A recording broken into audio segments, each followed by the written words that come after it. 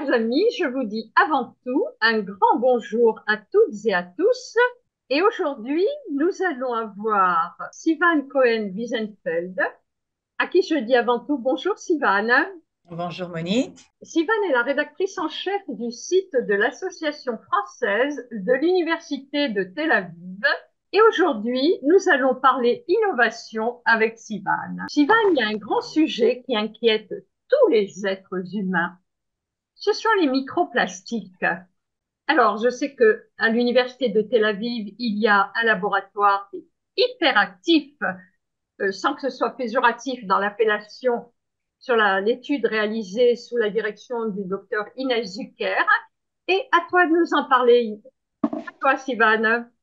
Merci bien. Alors, l'Université de Tel Aviv, en fait, c'est une université où il y a 9 facultés, donc ça couvre à peu près tous les domaines de la connaissance. Et d'ingénierie, il y a différents laboratoires. Et donc, là, de ce dont on va parler, eh bien, c'est une étude qui classe qui classe les produits plastiques selon la dangerosité pour l'environnement. Donc, on sait que les déchets plastiques constituent actuellement une énorme menace environnementale et que 5 îlots de plastique se sont déjà formés dans les océans sur une superficie totale qui atteint probablement des millions de kilomètres carrés. Et le principal danger, c'est celui qu'on appelle de ce qu'on appelle les microplastiques, qui sont des particules de plastique qui se forment lors de la décomposition des produits en plastique et qui causent de nombreux dommages à l'environnement en général et au milieu marin en particulier. Plus les particules sont petites et plus leur potentiel est toxique et grand pour les animaux comme pour les humains, car elles sont capables à ce moment-là de traverser davantage de barrières à l'intérieur du corps, elles pénètrent la circulation sanguine et elles atteignent même le cerveau. Et donc, comme il n'est pas envisageable aujourd'hui d'arrêter complètement la production du plastique et son utilisation, eh bien, une équipe de chercheurs sous la direction du docteur, donc comme tu l'as dit, Inès Zucker, qui est la directrice du laboratoire de nanotechnologie environnementale de l'Université de Tel Aviv, a évalué le degré de dommage causé par 6 types de microplastiques les plus courants. Donc, ils ont pris 6 sortes de polymères. Le polymère, c'est le principal composant du plastique. Donc, 6 sortes qu'on retrouve de polymères qu'on retrouve le plus couramment dans l'eau de mer du monde entier. 3 d'entre eux produits à partir d'énergies fossiles polluantes, le polyéthylène qui est utilisé pour fabriquer les sacs en plastique, le polypropylène à partir duquel sont fabriquées entre autres les bouteilles de shampoing et les lunchbox, et le polystyrène qu'on connaît généralement sous la forme de la mousse utilisée pour l'emballage et également pour la fabrication des ustensiles jetables, les fourchettes, assiettes, etc. À côté de ça, ils ont étudié 3 types de polymères relativement verts. Le PET, qui est utilisé pour les vêtements et les pluches, le plastique à partir duquel sont fabriqués les sacs en plastique et le polypropylène à partir duquel sont fabriqués entre autres le PET qui est utilisé pour les vêtements et les peluches, le plastique à partir duquel sont fabriquées les bouteilles en plastique qui comprend 25 à 50% de composants recyclés et le PLA qui est le seul polymère à base d'amidon de maïs. Donc, pour évaluer le degré de dangerosité pour l'environnement de tous ces produits, on a testé 5 paramètres. La fréquence de la présence des particules, leur tendance à se décomposer suite à une oxydation ou une brisure mécanique et leur potentiel d'oxydation de l'eau et leur toxicité. Donc, le processus de cette étude a duré 1 an. Pendant cette année, les échantillons des 6 types de plastique ont été placés sur le toit de la faculté d'ingénierie de l'université dans des récipients qui contenaient une solution simulant l'eau de mer. Ensuite, on a prélevé des échantillons des solutions dans lesquelles les différents polymères ont trempé, et puis on a filtré ces solutions pour obtenir l'extrait liquide dans lequel on coulait les additifs incorporés au plastique pour lui donner ses différentes propriétés, notamment sa couleur, et on a vérifié le degré de toxicité de tout ça, donc sur des bactéries marines. Merci, Alors, quels ont Sylvane. été...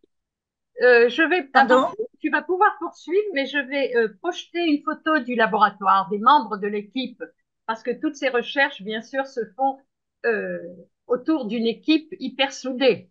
Les chercheurs de l'université sont enfin, vraiment la nouvelle génération est très active. Donc là, je voulais simplement vous donner les résultats de l'étude. Eh bien, donc, le produit plastique qu'on retrouve le plus fréquemment dans l'eau de mer du monde entier, c'est, on s'en doute, le polyéthylène des sacs en plastique. Il n'y a qu'à nager sur les plages de Tel Aviv pour savoir, pour être conscient de la fréquence donc, de ces sacs en plastique. D'autre part, l'extrait des adjuvants au plastique, donc tout ce qu'on met dedans pour faire la couleur, etc., s'est avéré extrêmement toxique pour les bactéries, c'est-à-dire ce qui est vivant, hein, ce qui veut dire qu'il faut faire très attention aux produits chimiques qu'on ajoute dans la fabrication du plastique. Mais le plus dangereux, eh bien, c'est le polypropylène qui est utilisé entre autres dans la fabrication des boîtes repas et des bouteilles de shampoing. C'est celui qui s'oxyde le plus et il multiplie par 3 l'acidité de l'eau, c'est-à-dire que ça a également une influence sur le changement climatique parce que ça diminue la capacité des océans à absorber le gaz carbonique. Donc, celui-là, c'est le plus dangereux. Ensuite, viennent dans l'ordre le polyéthylène des sacs du supermarché, le polystyrène, donc la mousse des emballages, le PET des tissus synthétiques et des bouteilles pour boissons. Et le moins nocif, eh bien, c'est le PLA, le polymère qui est fabriqué à partir d'amidon de maïs, qui est le plus sûr d'un point de vue environnemental et qui devrait constituer une alternative naturelle et renouvelable au combustible fossile. Donc, puisqu'il n'est pas envisageable aujourd'hui d'arrêter complètement la production du plastique et son utilisation, les chercheurs de l'Université de Tel Aviv recommandent aux fabricants et aux décideurs donc, qui sont aux prises avec ce phénomène de limiter au maximum l'utilisation du polypropylène, qui est donc le type de plastique le plus dangereux pour l'environnement. Alors, Sivan, merci pour cet exposé magnifique. Et maintenant, il y a aussi un sujet qui nous intéresse beaucoup, la consommation d'eau pour l'agriculture, entre autres les tomates. Alors, nous avons 4 grands sujets à étudier. Je pense que le sujet technique sur les tomates, et puis après, nous passerons à 2 autres sujets en respectant le temps de parole, car Zoom ne nous accorde que 40 minutes, donc il nous reste grosso modo un gros quart d'heure. À toi, Sivan, les Ah, tomates. effectivement, le sujet sur les tomates, les chercheurs de l'Université de Tel Aviv donc, ont réussi à cultiver des tomates qui consomment moins d'eau. Eh bien, donc, compte tenu du changement des conditions climatiques et de la diminution des ressources en eau potable dans de nombreux pays du monde, il y a une demande croissante pour les cultures agricoles qui consomment moins d'eau sans pour autant compromettre le rendement. Et en même temps, comme ces cultures dépendent quand même de l'eau pour croître et se développer, eh bien, il devient particulièrement difficile de trouver des variétés végétales donc appropriées. Et donc, cette étude, eh bien, il s'agit d'une avancée scientifique importante dans le domaine de l'agriculture, Cette fois-ci, c'est le professeur Shaul Yalowski et le docteur Niv Sadeh de la faculté des sciences de la vie de l'université de Tel Aviv qui ont réussi à faire pousser des variétés de tomates qui consomment moins d'eau tout en préservant leur rendement, leur qualité et leur goût, et ce, en utilisant la fameuse technologie d'édition génétique CRISPR. Et donc, la découverte va contribuer à augmenter les rendements des plantes et dans des conditions de sécheresse, qui est évidemment un apport très important.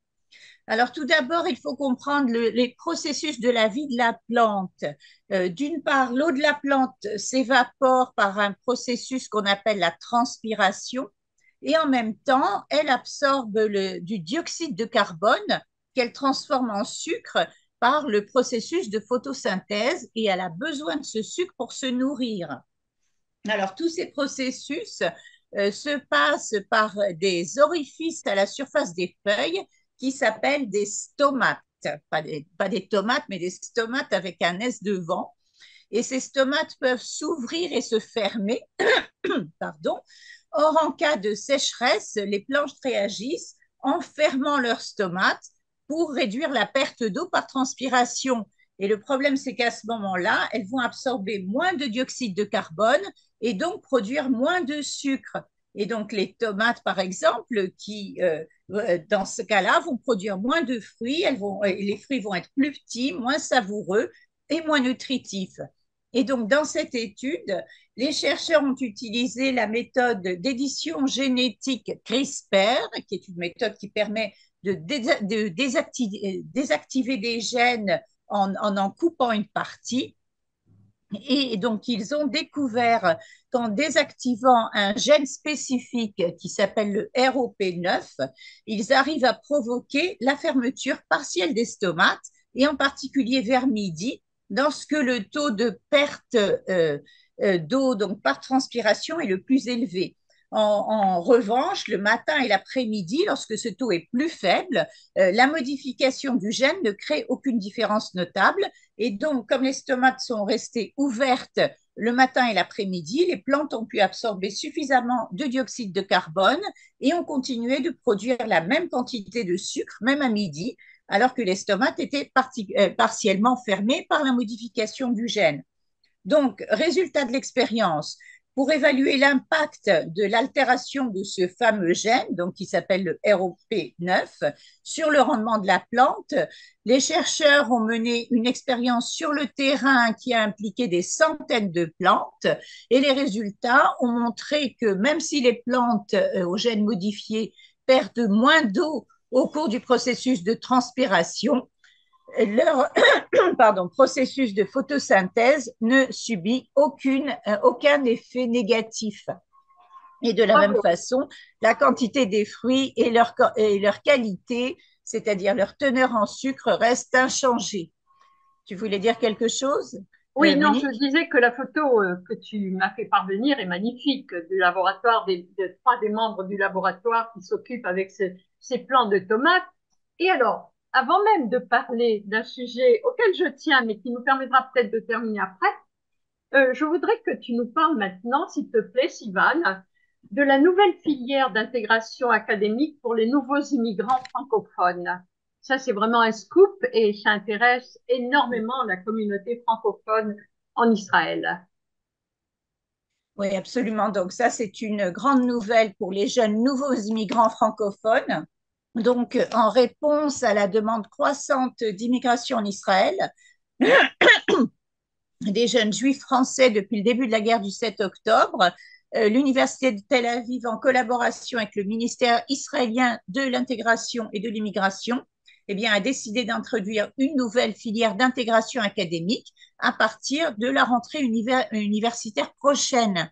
Donc, les francophones pourront postuler pour un programme de licence en sciences sociales, politiques et économiques d'un an, avec un choix de 5 domaines d'études. C'est la première fois que l'Université de Tel Aviv va proposer une filière d'études en français. Jusqu'à présent, la seule possibilité, c'était en fait dans le cadre du département de français qui est devenu donc programme de culture française, mais ce n'était pas dans le cadre des études globales. Là, ça n'a rien à voir donc puisque c'est un programme de sciences sociales. Ce sera le seul programme de sciences sociales enseigné en français en Israël pour le moment.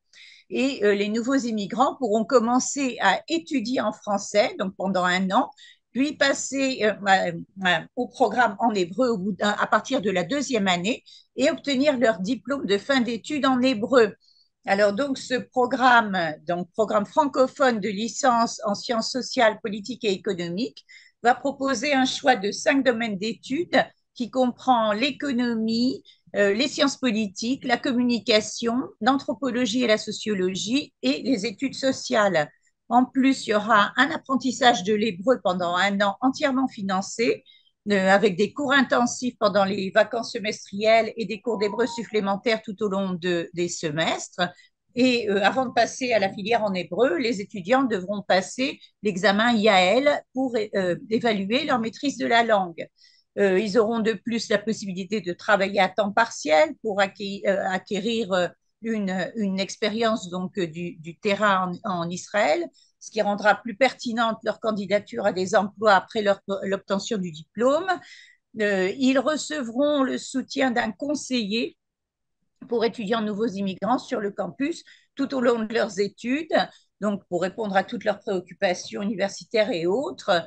En plus, il y aura des services psychologiques, donc soit par un travailleur social, soit par une structure de soutien psychologique subventionnée par l'autorité israélienne des étudiants et évidemment les financements, un financement partiel ou total et également des subventions d'aide au logement les subventions d'aide au logement qui sont disponibles pour les nouveaux immigrants.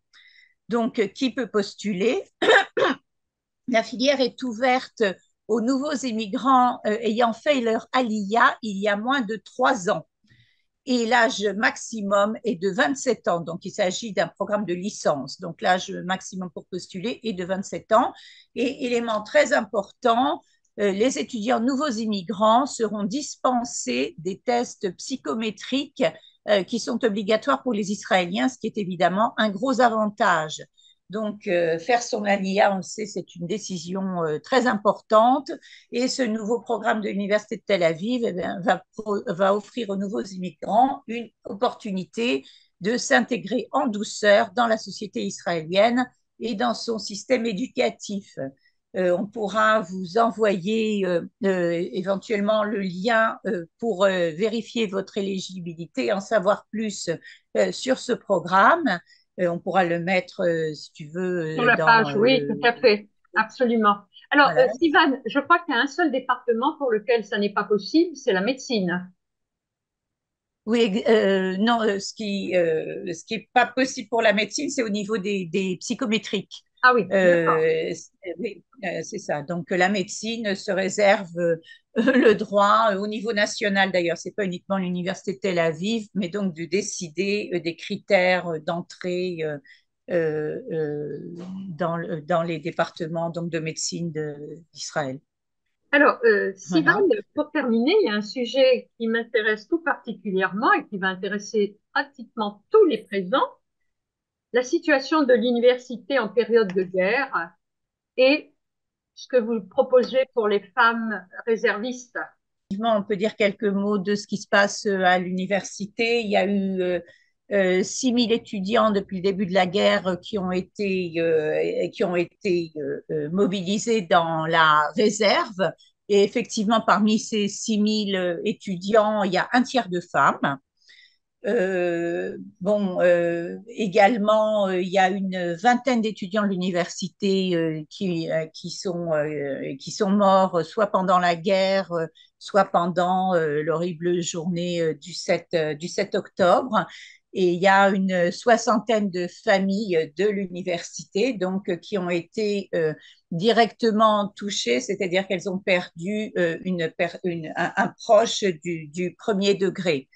Donc, il y a une espèce d'ambiance un petit peu traumatique à l'université de Tel Aviv, comme un peu partout en ce moment en Israël. Alors, pour parler plus de ces femmes, parce que effectivement, le fait qu'il y ait un tiers de femmes parmi les réservistes, en tous les cas à l'université de Tel Aviv, c'est quelque chose qui intéresse. Sur les 6000 étudiants qui ont été mobilisés dans les réserves, il y a 2228, soit 34% de femmes. Et en plus, fin janvier, alors que la plupart des réservistes ont été libérés, il y avait encore 2545 étudiants de l'université mobilisés, dont 29% de femmes.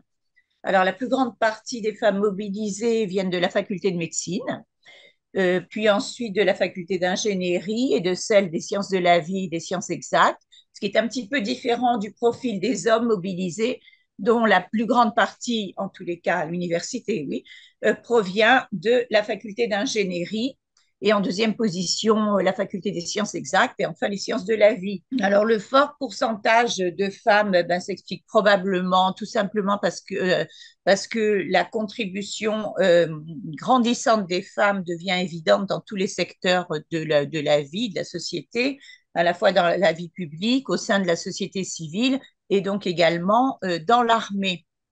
Les femmes servent pratiquement dans toutes les unités, y compris les unités combattantes, dans l'unité de sauvetage du commandement du front intérieur pour la protection des habitants, dans le corps médical, donc au front, dans le système d'apprentissage opérationnel des forces terrestres pendant le combat, dans les blindés, dans les unités logistiques et technologiques, etc.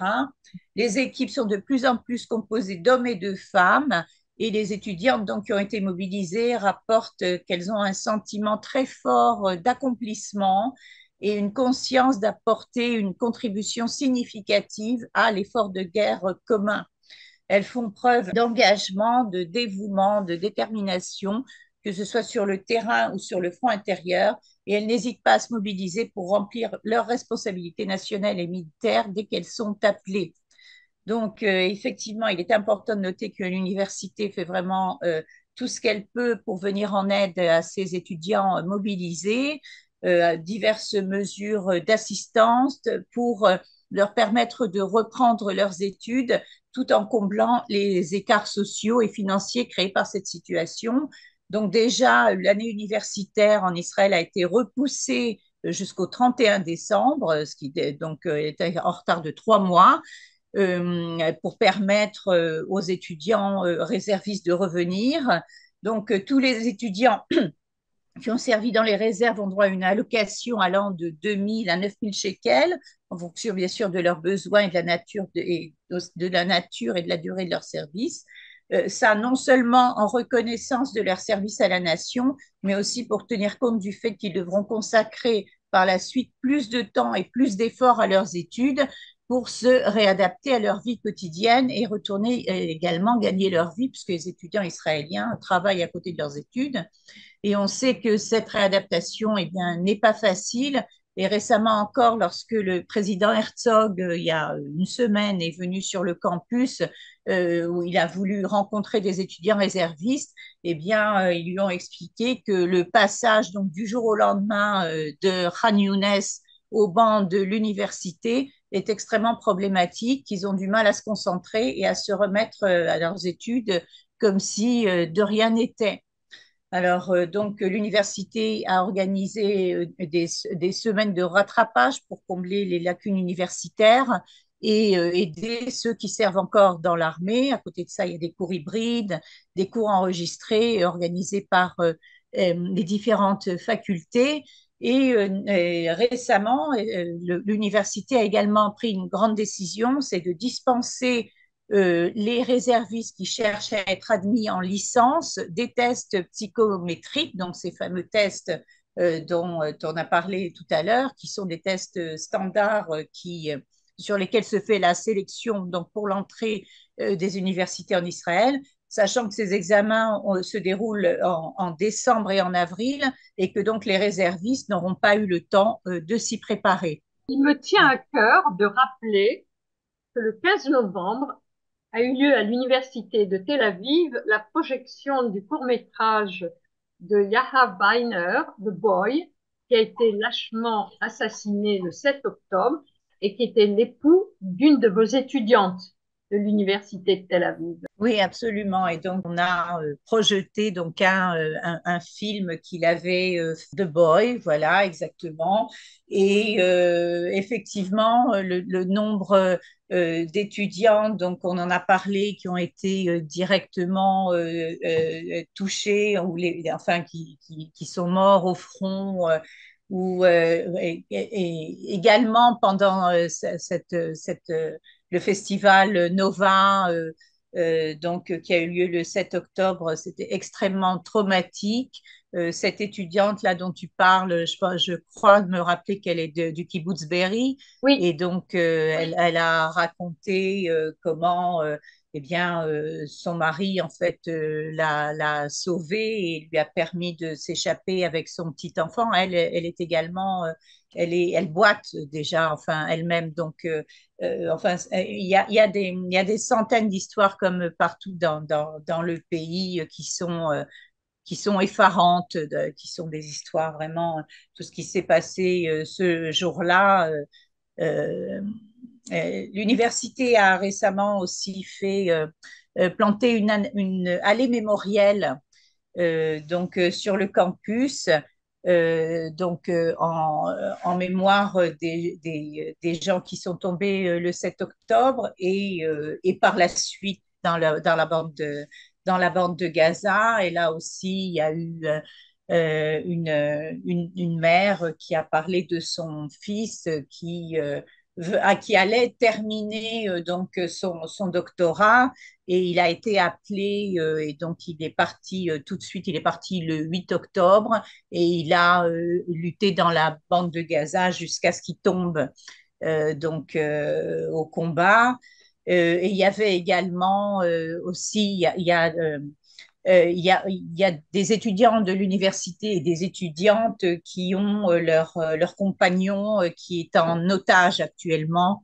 Et donc là, on a entendu aussi des témoignages qui étaient absolument poignants et tellement tristes. santéculteinnove@gmail.com, vos propres mails, comme ça sera plus facile pour vous répondre. Je remercie avant tout Sivan Cohen-Wiesenfeld, qui est la rédactrice en chef du site de l'Association française de l'Université de Tel Aviv. Un grand merci, Sivan. Le... Merci à vous de m'avoir reçu aujourd'hui.